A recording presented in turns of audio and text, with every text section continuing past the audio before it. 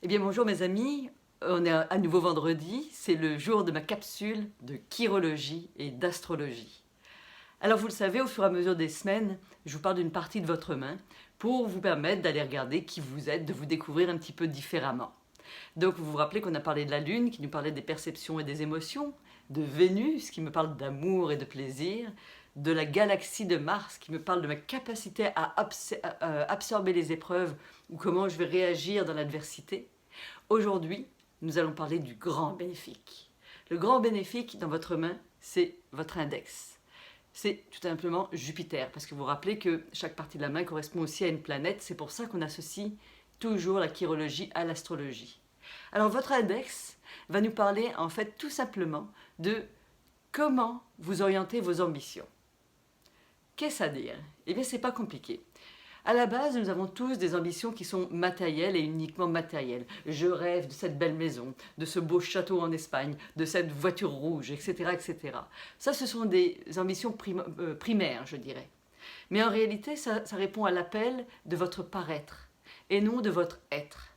Jupiter veut, dans la main, nous permettre de nous élever en conscience et de mettre nos ambitions au service de notre élévation et surtout au service de la société, parce que nous faisons partie de ce tout. Et vous voyez encore, je reparle à nouveau de cette crise de Covid, qu'est-ce que ça nous montre ça? C'est qu'aujourd'hui, il est beaucoup plus difficile de rester dans nos propres ambitions matérielles. Nous devons nous rassembler, nous devons nous entraider. Tout ça, ce sont des attributs de Jupiter. Alors comment on va les observer dans la main?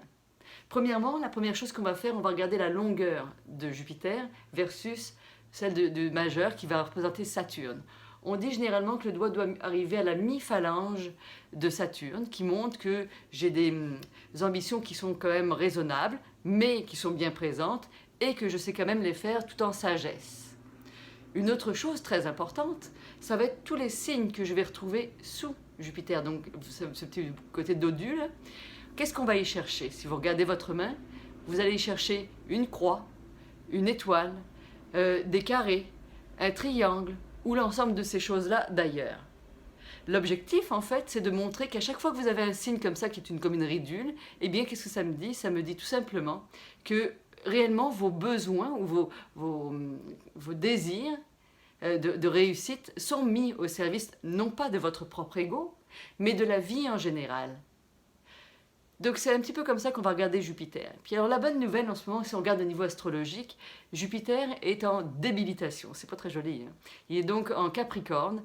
En débilitation, c'est-à-dire qu'il est au moins bon endroit de tout le thème astral en termes général. Et ça c'est pour tout le monde actuellement. Ça a un côté très très intéressant. D'un côté, on peut sentir une certaine restriction, c'est-à-dire qu'on a l'impression qu'on n'arrive pas à aller jusqu'au bout de nos ambitions, on travaille sur des projets, ils ne vont pas jusqu'au bout, ça n'aboutit pas. C'est normal, c'est vraiment un endroit où Jupiter va être plus coincé. Il est coincé en plus à côté de Saturne qui lui dit « Prends donc tes responsabilités ». Mais il est également en face du Cancer qui est son signe d'exaltation.